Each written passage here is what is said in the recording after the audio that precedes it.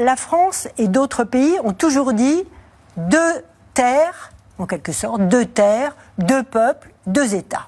Bon, après, une fois qu'on a dit ça, il faut travailler pour. Et aujourd'hui en Israël, quand on interroge les Israéliens, 70% des Israéliens, ils sont fondamentalement opposés. Donc, pour arriver à faire 2 États, il faut quand même que les 2 parties y soient favorables, soient prêtes à se reconnaître, même si nous sommes tous d'accord pour dire l'autodétermination des peuples est essentielle, garantir la sécurité d'Israël est essentiel, mais il faudrait aussi peut-être garantir la sécurité des Palestiniens.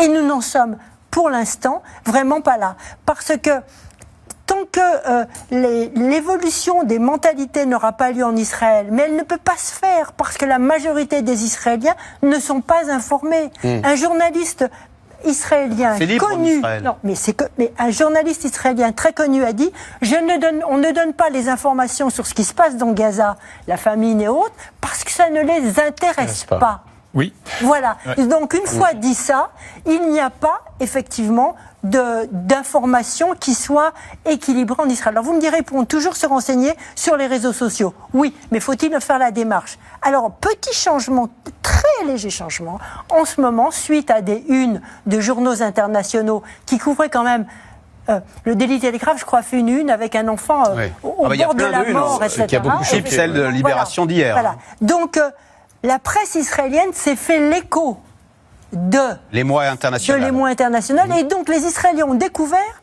les images en question relatées, mais ça date de 2 jours. D'accord. Gideon Levy, qui est un éditorialiste prestigieux du Haaretz, ce quotidien de centre-gauche, clairement d'opposition, soyons nets là-dessus.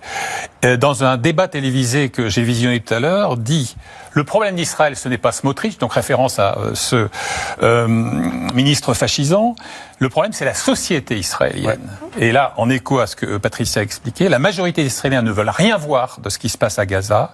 Ils n'ont aucun intérêt pour ce qui s'y joue.